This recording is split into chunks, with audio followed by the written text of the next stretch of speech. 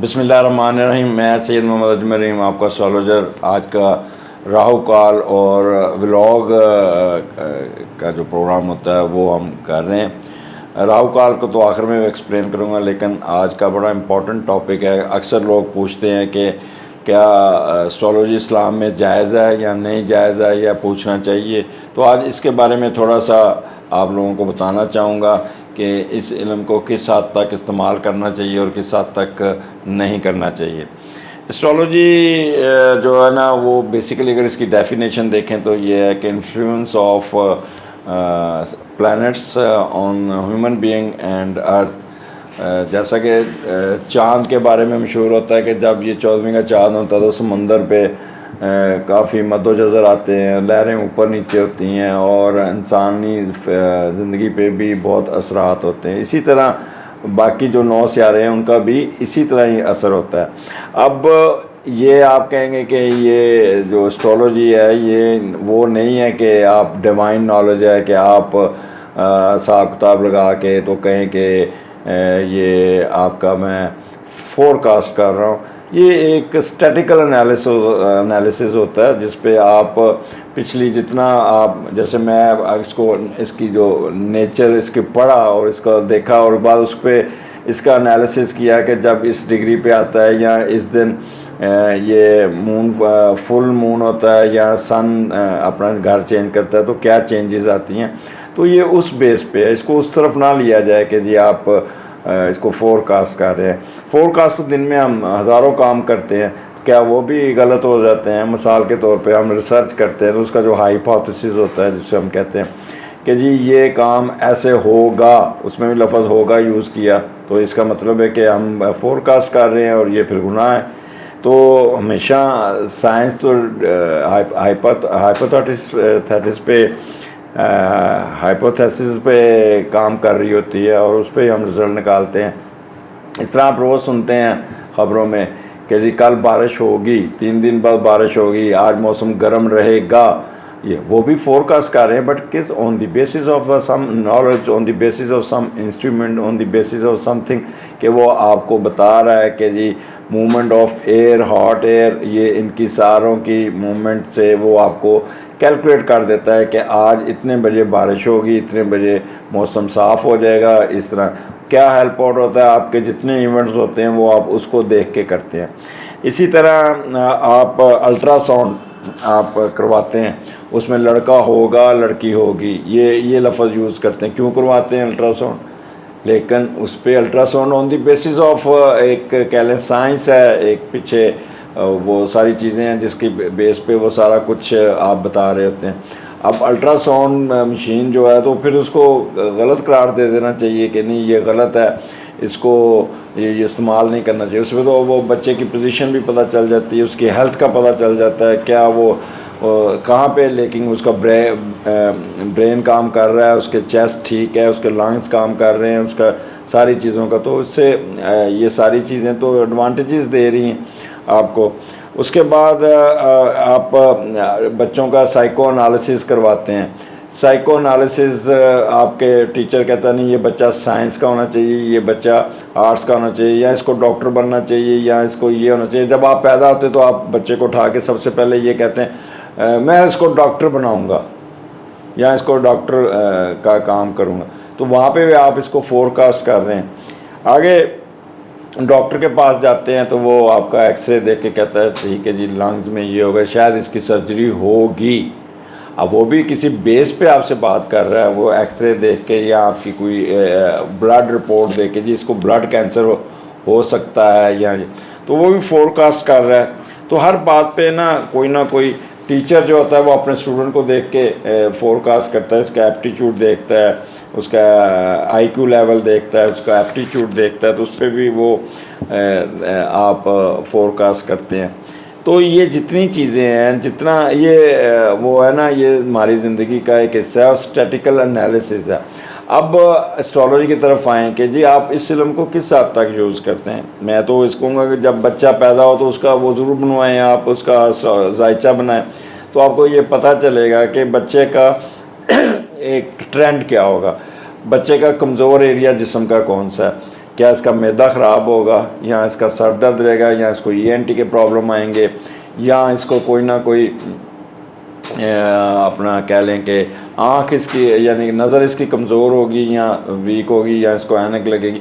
ये आपको एक गाइडलाइन मिल जाती ताकि आप उस बच्चे का एनालिसिस कर लेते हैं। यार इसके पेट में दर्द रहता है, उसने बताया, तो आप चेक कर लीजिएगा। अगर राहु साथ में घर में बैठा है तो बच्चा को हमेशा पेट के मसले आएंगे, हमेशा उसको मोशन लगे रहेंगे, हमेशा उसको इस किस्म की चीज़ें रहेंगी। उसको दूध रात से वीनस अगर नेगेटिव है तो बच्चा कभी दूध नहीं पिएगा, माँ का दूध नहीं पिएगा। तो इस किस्म की बातें भी ये एस्ट्रोलॉजिकल पता चल जाती है। आप उसके अलावा अब आप एक कह लें कि प्रोफेशन कौन सा होगा। हम अपने अक्सर बच्चों को गलत प्रोफेशन में डाल देते हैं। उसका एटीट्यूड और होता है, डाल हम और देते हैं।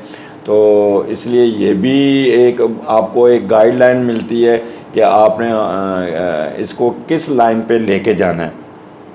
तो इसको इस हद तक यूज़ करें आप किसी पे। अच्छा, फिर मैं मिसाल अक्सर देता हूँ कि गाड़ी पे जा रहे हैं बड़ी तेज़, अगर आपको रोक के कोई बता दे कि आगे पुल टूटा हुआ, तो क्या करेंगे? हम हताहत हो जाएंगे। ये दिस इज़ एस्ट्रोलॉजी कि आप ये अगले 2 साल आपके बुरे हैं, लिहाजा आपने सोच समझ के ये गुजारने।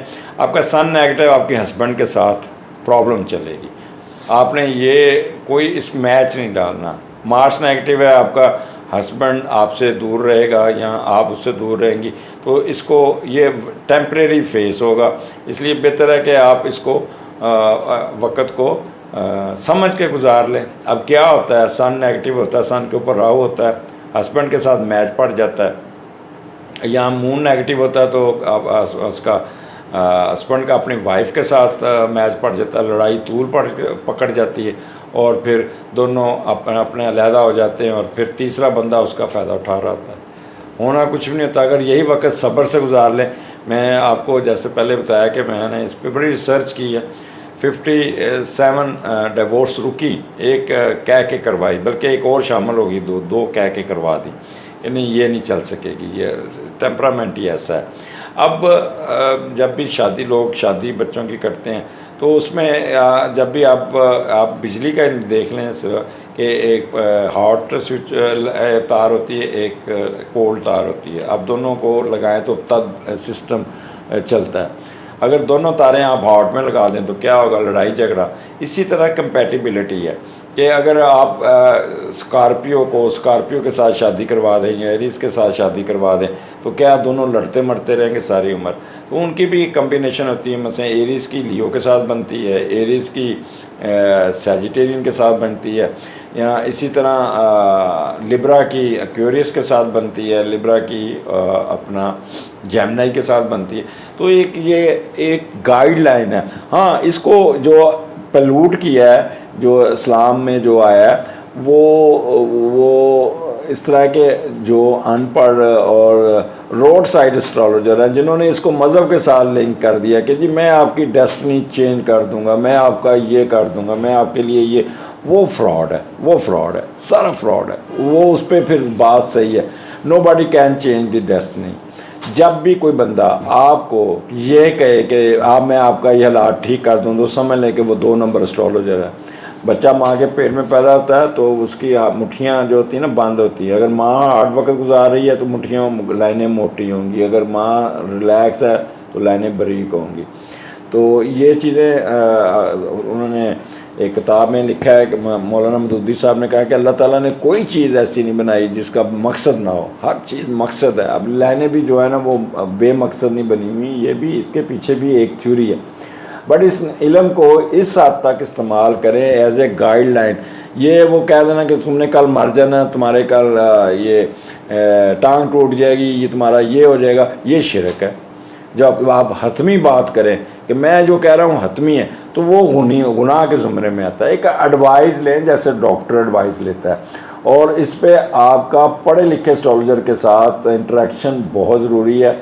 जब भी आप रोड साइड एस्ट्रोलॉजर जो मोस्टली मशरूम की तरह आपको यूट्यूब पे भी मिलेंगे और आपको बाज़ारों में भी मिलेंगे, वो हमेशा आपको डरा के रखेंगे, स्टार्ट ही डराने से करेंगे, और फिर वो अपना मंजन बेचते हैं कि जी मैं आपको लो बना के दूंगा, मैं आपको ये बना के दूंगा। तो इसलिए अपना एस्ट्रोलॉजी के बारे में अपना कंसेप्ट क्लियर रखें। अब राहु काल, आज मुझे बांग्लादेश से भी एक मैसेज आया कि जी हमारा राहु काल कैसा है। तो मैंने उनको ये कहा कि आपका राहु काल वही होगा जो सूरज निकलने के दरमियान और सूरज निकलने के ग्रुप होने तक का जो पीरियड है उसको डिवाइड करें, 90 मिनट का सेगमेंट है, तो वो आप कर लें। तो आपका तो 1 घंटा पहले होता है। तो राहु काल का जो टाइम है सुबह 7:30 से 9 बजे के दरमियान, पीर वाले दिन कोई ऐसा काम नहीं करना जिससे आप में वहाँ पे ये आपके हक में नहीं जाएगा, आपके ख़िलाफ़ जाएगा, अनसर्टनिटी आएगी। और कोई फ़ैसला नहीं करना, कोई डिसीजन नहीं करना। आप टाइम से पहले निकलें, रास्ते में स्टकअप हो सकते हैं। मंगल को 3 बजे से 4:30 बजे दोपहर को, बुध को 12 बजे से 1:30 बजे के दरमियान, जुमेरात को 1:30 बजे से 3 बजे, जुम्मा 10:30 से 12 बजे के दरमियान, हफ्ता 9 बजे से 10:30 बजे, इतवार 4:30 से 6 बजे के दरमियान क्या होने जा रहा है। और यानी ये पीरियड आपके लिए उस पीरियड में किसी किस्म का आपने फ़ैसला नहीं करना, किसी किस्म का डिसीजन नहीं लेना, किसी किस्म का आपने कोई एक्शन नहीं लेना, एग्रीमेंट नहीं करनी। उस वक़्त को गुजार लीजिएगा। आप ख़ुद भी इस पर रिसर्च किया करें। ये सारा स्टैटिकल एनालिसिस है। अब तो आप पढ़े लिखे लोग हैं। ये उस वक़्त कहा जाता था जब अनपढ़ लोग होते थे, वो पंडित के पास गए या किसी के पास गए, हाथ देखा, उसने बता दिया, आप बड़े इम्प्रेस हो जाते हैं कि जी ये वो। अब मैं आपके सामने बैठा, मैं आपको, जब मैंने ये इल्म सीखना शुरू किया तो मैंने इस पर बिलीव नहीं किया, मैंने इतबार नहीं किया जब तक इस पर मैंने रिसर्च नहीं की, जब तक इस पर प्रैक्टिकली नहीं देखा। मैंने हर एंगल को परखा, हर एंगल को देखा और उसके मुताबिक फिर वो इस पे मुझे हुआ कि ये तो एक स्टैटिकल एनालिसिस आम बंदा भी सीख लेता है, आम बंदा भी। अब आप लोग जो मेरे व्यूअर्स हैं 90% जो है ना वो अब एस्ट्रोलॉजी को समझते हैं, उनको पता है सन क्या है, मून क्या है, नेगेटिव क्या है, ये का। तो ये चीज़ें ऐसे ही साइंस है। Whenever you predict on the basis of something, on the basis of the science, वो उसके पीछे वो नहीं होता, शिरक नहीं होता, या वो नहीं होता कि आप किसी पे पेशीन गोई कर रहे हैं। हाँ, वो जो डिवाइन नॉलेज जो बुज़ुर्गों में होता है, जो लाखों में एक बुज़ुर्ग होता है जो क्या कहते हैं दीवार के पार भी देख लेते हैं, वो लोग वैसे कंपोज बड़े होते हैं। वो तो दुनिया के सामने आते ही नहीं है, वो तो बैठते नहीं। अब मैंने कई ऐसे एस्ट्रोलॉजर देखे हो जी, मैं रूहानी तौर पे ये हूँ, मैं रूहानी तौर पे यूँ। और भी अगर तुम रूहानी तौर पे हो तो फिर छुप के बैठे हो, तुम क्या फिर दुकानदारी लगा के क्यों बैठे हो। तो इसलिए ना ये फ़ैसला आपने सोच समझ के करना होगा, बड़ा समझ के चलना होगा, तभी ये आपको इल्म पे एतबार आएगा। मुझे इजाज़त दीजिए, अगले हफ्ते फिर मुलाकात होगी। अल्लाह हाफिज़।